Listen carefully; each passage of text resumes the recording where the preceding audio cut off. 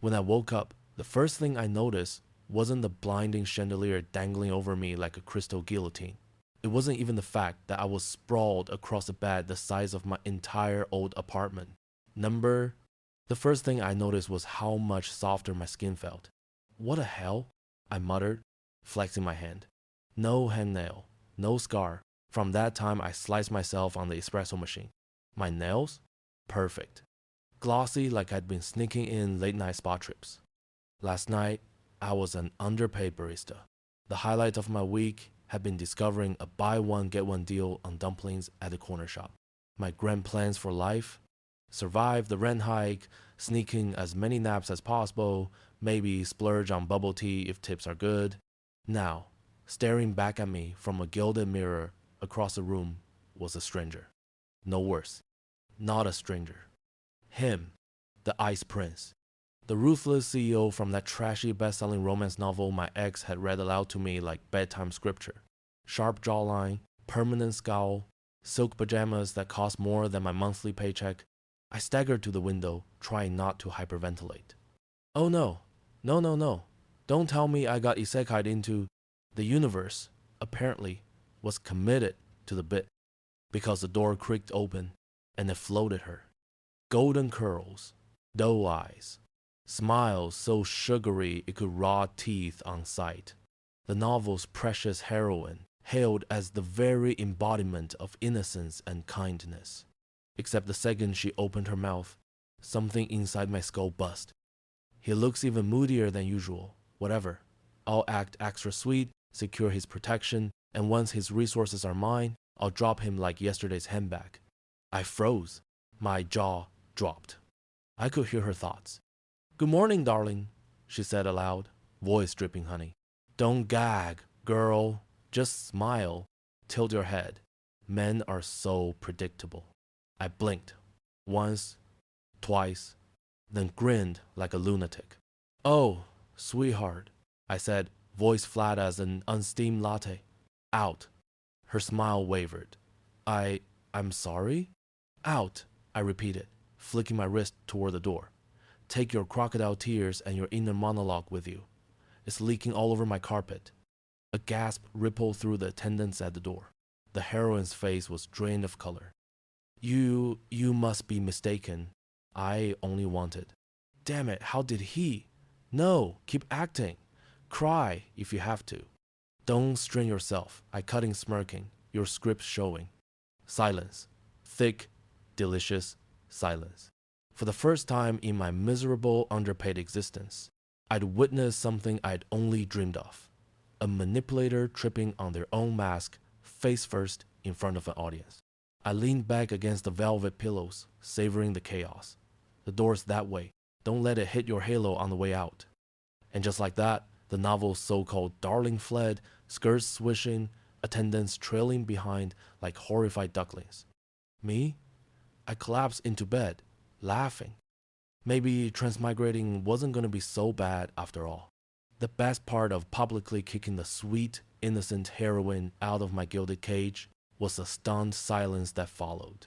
The worst part was realizing I wasn't alone in savoring the moment.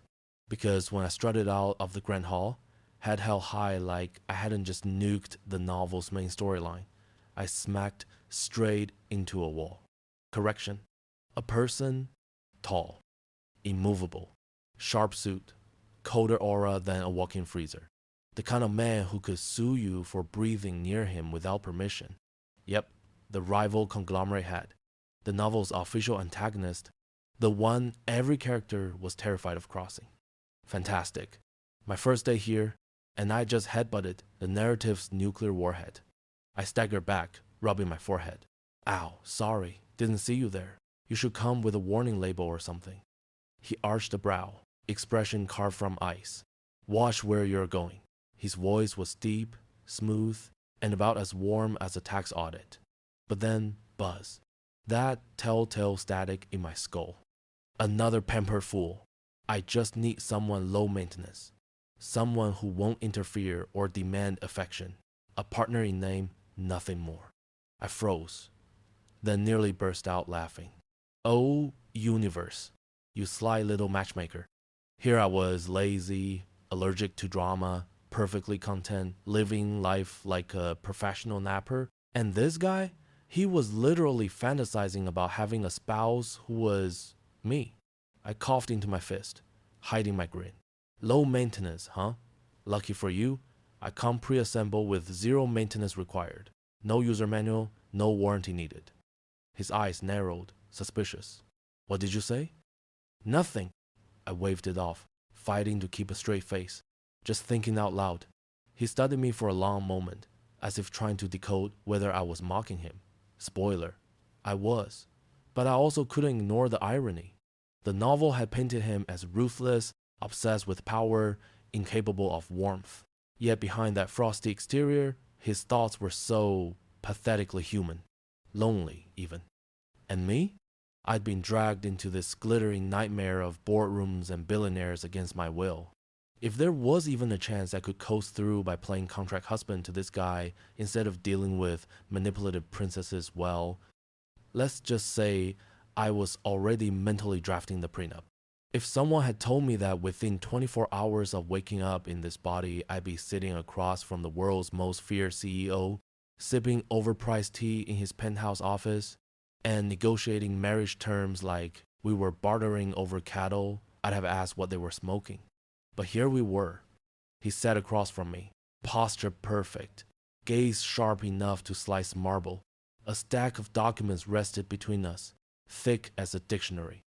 A partnership, he said, tone calm, deliberate. For appearances only. My board is pressuring me to settle down. His eyes flicked over me like I was an unfortunate side dish he hadn't ordered. Seemed suitable. Buzz. Low maintenance. Quiet. Not like the others who demand affection. 1 year is all I need to appease the vultures.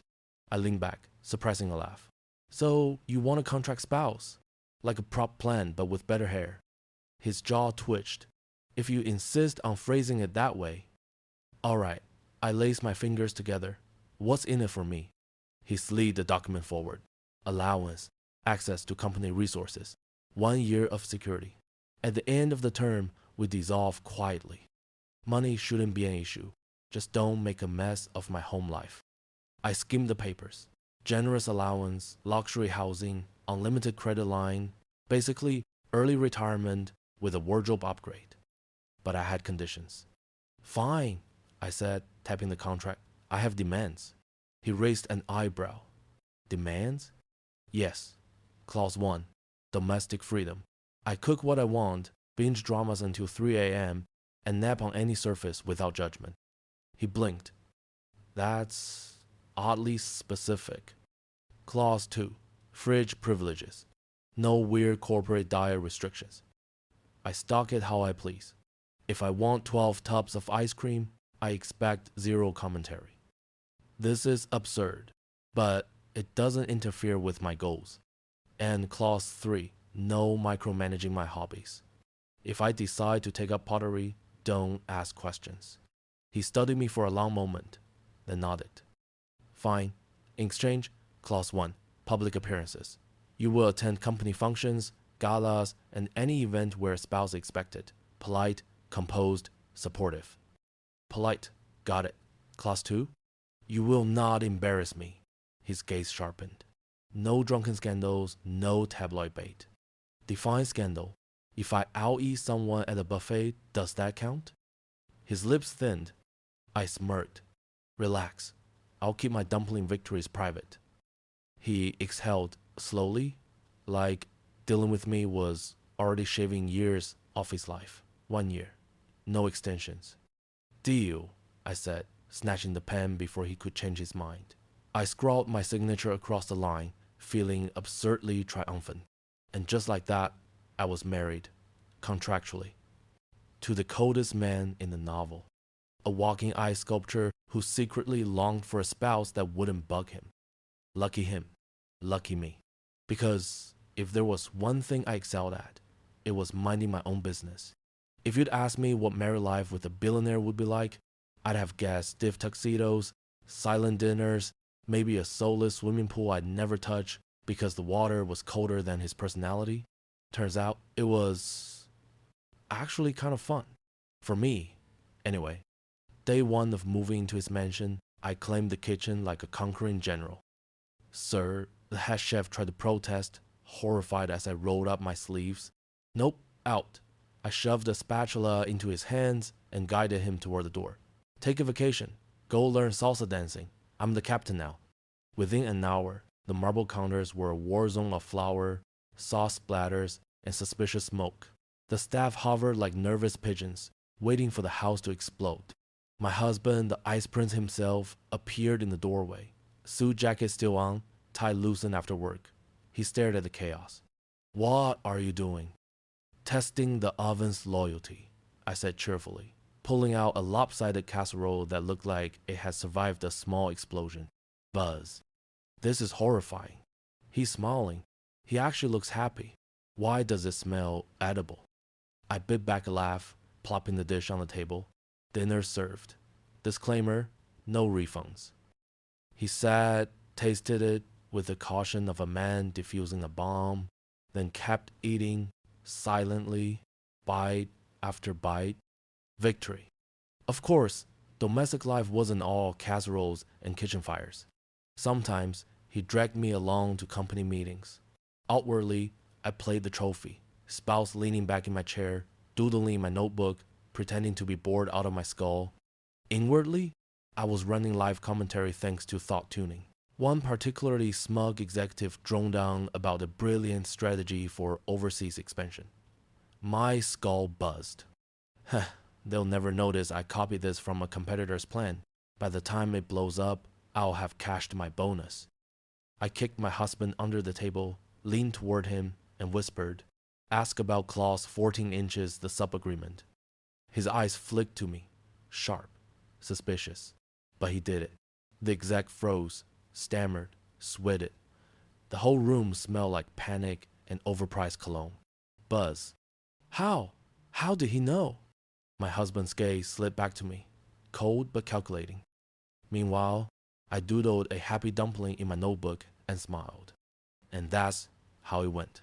By day, I was a lazy house husband who turned the mansion into cozy chaos, burned half my experiments, binge-watched dramas with the maids, and once tried to start a herb garden that the gardeners had to quietly euthanize. By night or boardroom, I was his unseen weapon, the ghost in the meeting room, the cheerful idiot who whispered one-liners that cracked open plots like fortune cookies. He never admitted it, of course.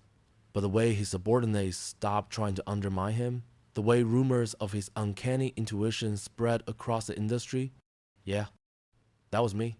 Not that I'd ever say it out loud. After all, a good house husband never reveals his recipes. If life had stayed limited to burnt casseroles and sabotaging boardroom snakes, I could have happily coasted. But of course, the universe had other plans, mainly in the shape of a vindictive ex-heroine and a scheming corporate rival. I spotted her first at a charity gala, fluttering her lashes like she was auditioning for a toothpaste commercial.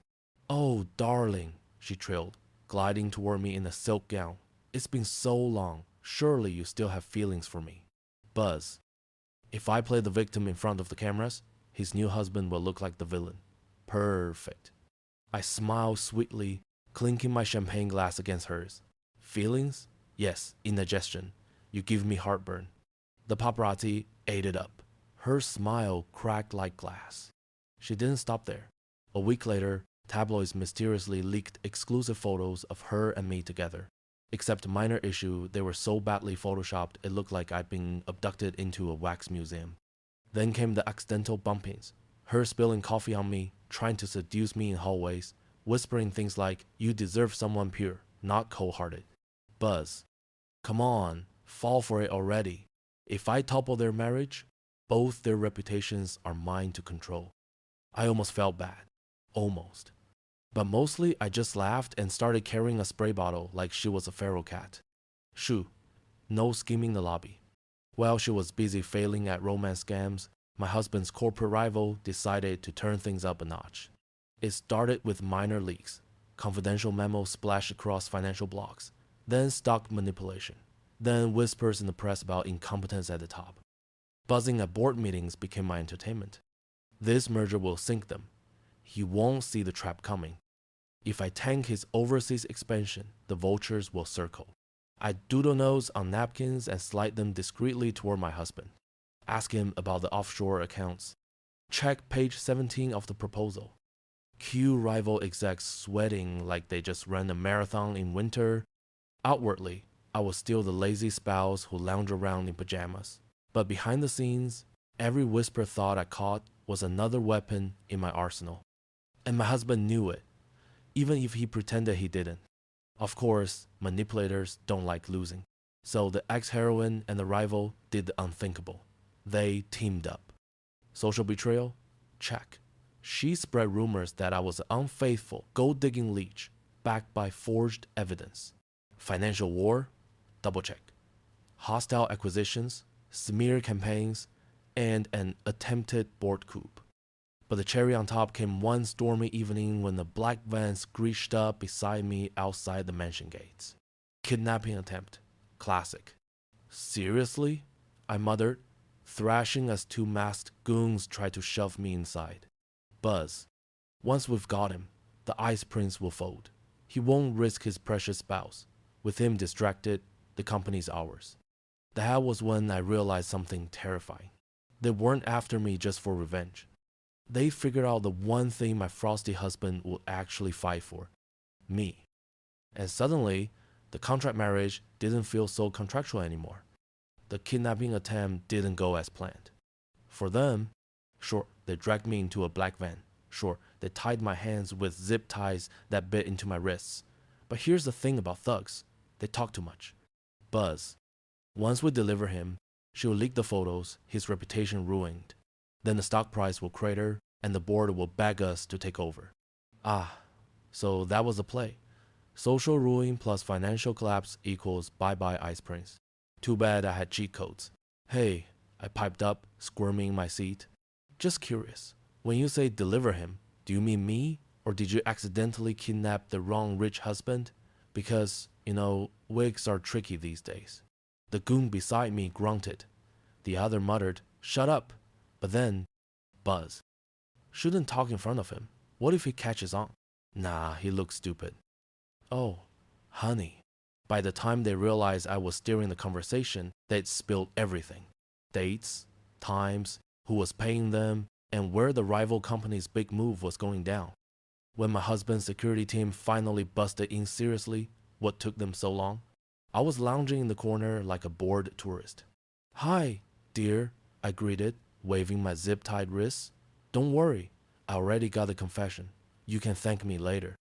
The next morning, I marched into his office with a flash drive.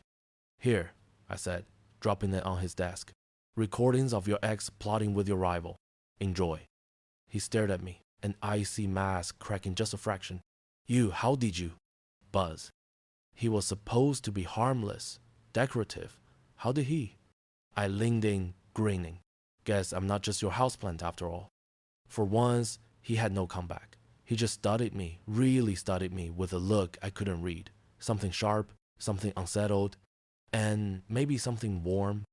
From that day on, things changed, subtly at first.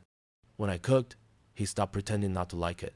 He'd just appear, hovering by the counter, casually stealing bites as if I wouldn't notice. When we attended events, he lingered near me, hand at my back, eyes daring anyone to come too close. And once late at night, both of us sprawled in the study, him nursing a glass of scotch, me flipping through drama recaps on my phone. He said quietly, almost like a secret, "You're not what I expected." Buzz. I don't want this to end in a year. I nearly choked on my instant noodles.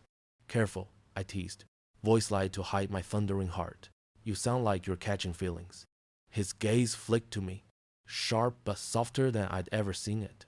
I might be, he admitted. And just like that, the contract didn't feel like chains anymore. It felt like possibility. The day it happened started like any other. I was in the kitchen, elbow deep in pancake batter, when my phone buzzed. Not a text, not a call, a security alert. I dropped the whisk, wiping my hands on my apron. The message was short, clinical. Contact lost with CEO, vehicle compromised, possible abduction. My stomach plunged. For a second, panic threatened to paralyze me. Then the buzzing in my skull started, faint but distinct fragments of thoughts bleeding in from panicked staff scrambling across the mansion. What if they kill him? What if the ransom is too big? The rival planned this perfectly. The board will fold without him. Number, absolutely not. Grabbing my jacket, I marched out the door. Lazy house husband act? Dropped. This was personal now. I headed straight to the rival's corporate building, blending into the crowd of employees rushing in and out. My ability was on high alert, like tuning a radio. Buzz. Can't believe the boss pulled it off, kidnapped him right from under security's nose. He's in the old warehouse. Shouldn't be long before the ice prince cracks.